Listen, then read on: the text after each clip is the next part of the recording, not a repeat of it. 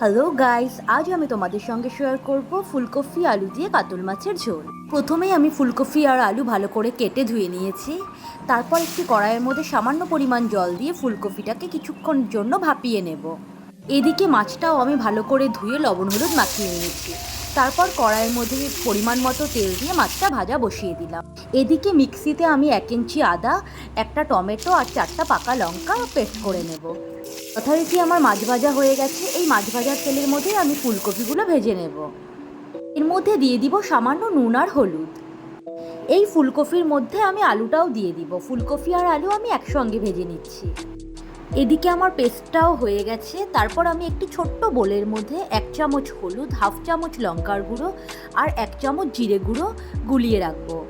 তারপর কড়াইয়ের মধ্যে তেল দিয়ে আমি হাফ চা চামচ জিরে ফোড়ন দিয়ে দিব। এই ফোড়নের মধ্যে আমি টমেটো, কাঁচা লঙ্কা, আদা বাটাটা অ্যাড করে দিলাম। তারপর কিছুক্ষণ নাড়িয়ে চাড়িয়ে আমি যে মশলাটাকে গুলিয়ে রেখেছিলাম সেটাও অ্যাড করে দিলাম। এবার আর 2-3 মিনিট কষিয়ে আমি এর মধ্যে আলু আর ফুলকপিটা অ্যাড করে দিব। ফুলকপি আর আলুগুলোকে মশলার সঙ্গে ভালো করে 3-4 মিনিট কষিয়ে নেব। একটি বোলের মধ্যে আমি গরম জল বসিয়ে দিয়েছিলাম। আমার মশলা একদম কষে গেছে। এর মধ্যে আমি গরম জলটা অ্যাড করে দিলাম। আমি কিন্তু এখানে কোনো ঠান্ডা জল ব্যবহার করছি না।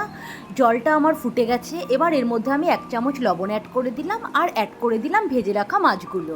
জলটি অ্যাড করে কিন্তু আমি হাই ফ্লেমে জলটিকে ফুটিয়ে নিয়ে মাছগুলো অ্যাড করেছি। এবার আমি আরও 8-10 মিনিট মাছের সঙ্গে ঝোলটিকে ফুটিয়ে নিয়েছি। তারপর অ্যাড করে দিয়েছি গরম মশলা। গরম মশলা অ্যাড করে ভালো করে নাড়িয়ে চাড়িয়ে আমি আরও 3-4 মিনিট রান্না করে নিব। ফুলকপি দিয়ে কাতল মাছের ঝোল কিন্তু আমার একদম রেডি হয়ে গেছে।